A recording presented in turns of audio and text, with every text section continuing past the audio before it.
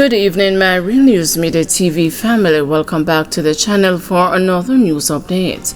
And in the news of this evening, Kingston businessman slapped with multiple charges over Sheffield Road shooting. A 33-year-old farm store operator has been charged over a shooting that left a man and a teen boy injured on Sheffield Road in Kingston in September. He is David Taylor, also known as a Pelpa, from Rockajam Road, Kingston 2. He has been charged with 2 counts of wounding with intent and illegal possession of a firearm. The incident occurred on September 18. According to the police, Taylor exited a Honda Fit motor car and opened fire, injuring a man and a 15-year-old boy. A 16-year-old boy in their company was also targeted but managed to escape unharmed. Both victims were taken to the hospital for treatment. Taylor was later arrested. Cops named persons of interest in Rockford cabby shooting. The police are searching for 5 men who they say are persons of interest in an altercation which claimed the life of one man and left another injured in the crime-riddled community of Rockford in East Kingston. The men being sought are identified as Max, Geodog, Benji, Nikon Linton, otherwise called Stucky, and Okiro La Festa. Police said the men are being sought in connection with the shooting of a taxi driver. The cabbie was shot after he allegedly stabbed 23-year-old Yusuf Linton, otherwise called ISIS, at the premises where they resided. Linton later died in hospital.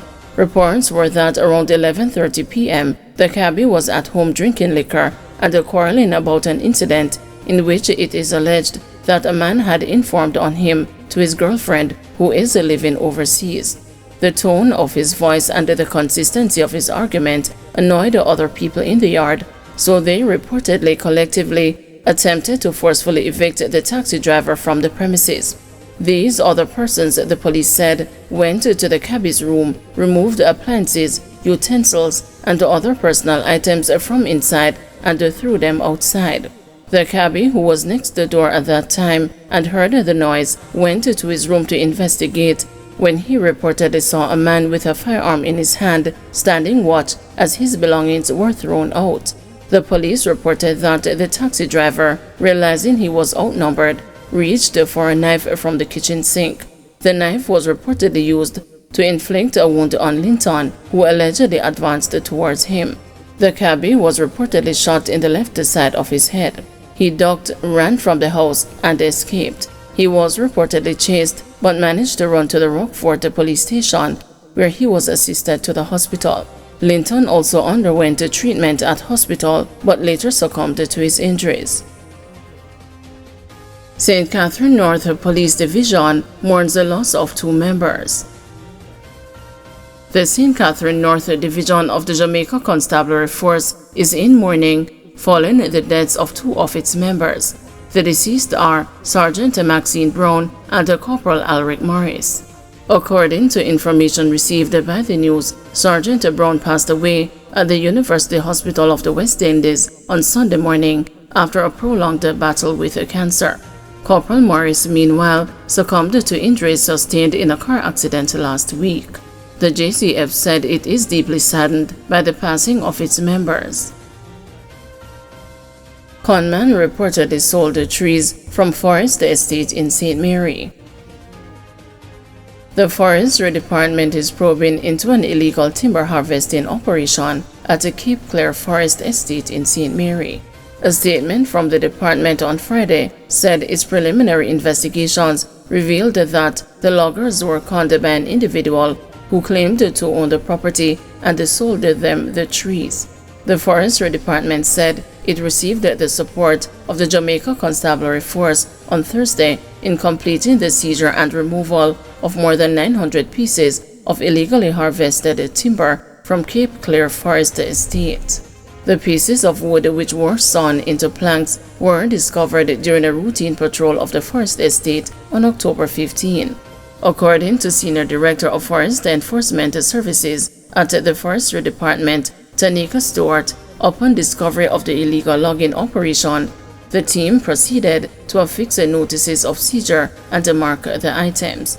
The officers also made a report to the Richmond police station to ensure the police are aware in the event of attempts to remove the lumber before the agency commenced the said process, Stewart said. The agency stated that it completed the removal of the lumber after 2 days, ending on Thursday of last week. The total number of lumber removed at the end of the operation was 927 pieces, 804 pieces of board, and 133 pieces of planks, the Forestry Department reported.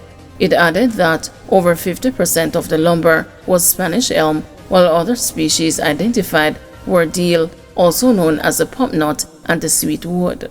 Preliminary investigations indicated that the operation was well organized and it took place over several weeks, the agency said. Man accused of assaulting daughter. Garnet Dockery was overcome with emotion as he recounted the events that occurred between him and his 23-year-old daughter, which led to his court appearance after she accused him of physically assaulting her. Dockery appeared before presiding judge Natisha Fairclough Hilton at the St. James Parish Court last Wednesday, pleading guilty with explanation to assault occasioning bodily harm. The incident reportedly took place on September 26, about 6:50 p.m., while Dockery and the complainant were at home in Kingate District, St. James. According to court documents, the complainant went to the kitchen to prepare a meal, returned to her room, and locked the door. While she was in the room, the defendant knocked on the door, entered, and knocked over her meal on the bed. He then hit her in the face before dragging her by her hair. She asked, "What did I do? Why are you doing me like this?" She then ran into the living room. He pursued her and hit her on the head, causing her to fall before stomping on her head and kicking her in the stomach. The court also heard that Dockery went into the kitchen and returned with a machete. In fear for her life, the complainant ran from the house and Dockery locked the door and left her on the veranda. She eventually moved out of the house to live with another relative. Dockery, who claimed to be a renal patient who had suffered a stroke, made numerous complaints about his daughter, including telling the judge that all she did was eat, smoke, and drink. "I really boxed the plate out of her hand, and she grabbed and boxed me. She ripped my shirt and kicked me, so I pushed her onto the bed and started to punch her because I felt like I was dealing with a monster. I had to do it. I had no choice. She was reeling and kicking, so I grabbed her by her hair, dragged her, and pushed her in the hall, and then on the veranda. At that point, she began shouting, 'Murder, murder, murder.' So I locked the door," the defendant told the court. He said that the complainant kicked the door so hard that it separated from the hinges, and the door has yet to be repaired.